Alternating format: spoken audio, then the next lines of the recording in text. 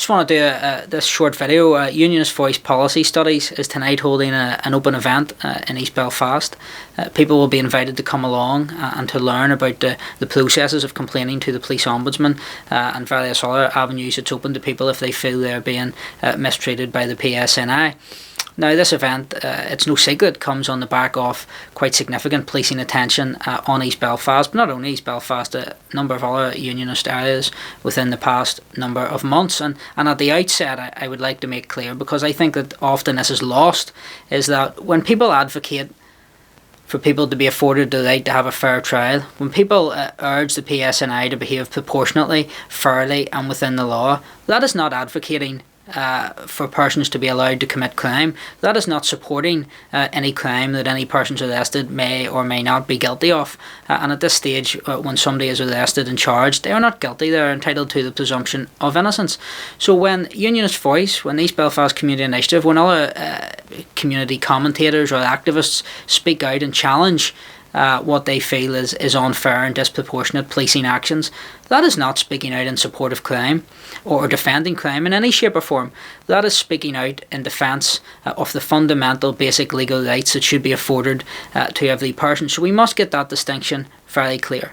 If anybody is involved in crime, then that should be pursued by the police service. If there is enough evidence to charge the person, then the person should be placed before the courts. They should be judged by a jury of their peers, and if convicted at that stage, they should be sentenced in line with the criminal justice procedures. Nobody is objecting to that, but that process has to be fair, it has to be balanced, and it has to be proportionate. And many people feel at this point in time that that's not happening, especially when it comes to loyalists. And we've seen recently Sinn Féin continually advocate on behalf of people who are accused of some of the most serious crimes imaginable. Some dissident Republicans, but they advocate for the right of those persons to be treated fairly and to be treated in a proportionate fashion within the law. They advocated for Thomas Murphy, a senior member of the IRA, who they described as a good Republican, and they went to great lengths to advocate for his right to a fair trial. They continue to do the same with John Downey.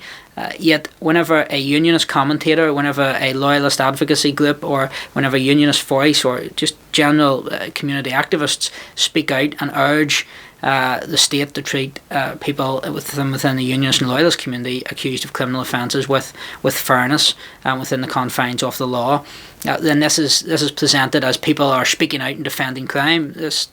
Nothing could be further from the truth. We cannot have people's right to a fair trial. We cannot have the presumption of innocence systematically violated as part of an overarching witch hunt to try and criminalise and demonise loyalism. So to be very clear, if anybody's involved in crime, well, that's a matter for the police to pursue, but it has to be ensured that it's done fairly and it's done within the law, and people's rights and the presumption of innocence is respected. So that will be the core of what we will be working from tonight at the event, and we'll be showing people how you complain to the police ombudsman, what other avenues you can go down to challenge the PSNI and other state agencies if you feel you are being mistreated. And I think that's a positive thing, and I think that is something that should be welcome. Now, on the back of that, we have also seen significantly disruptive and poor media coverage over the last number of months. I have long advocated, and loyalists in East Belfast and further other parts of Northern Ireland have advocated greater loyalist engagement with the media, and I fundamentally believe in this, because I think that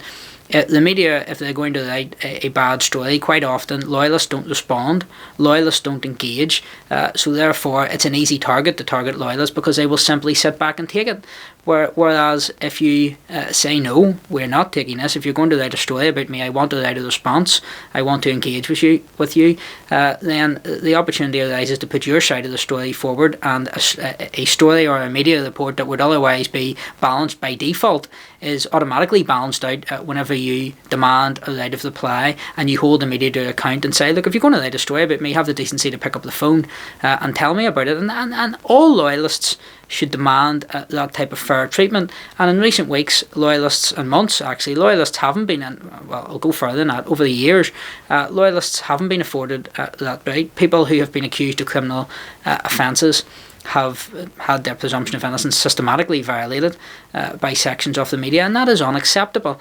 And people should know how they can complain about that, how they can demand a right of reply, and the IPSO process available to them. And that is going to be the next stage of this, where we're going to encourage people to do that and have much greater engagement with the media in terms of demanding that fairness. And I would just finally say that there's a challenge in that for the media as well, because loyalists have often stepped back and not engaged. They've made themselves easy targets then, because the media know if you want to fill a story on a Sunday right about a loyalist, they won't complain, they'll just sit back and take it. And it's time that changed.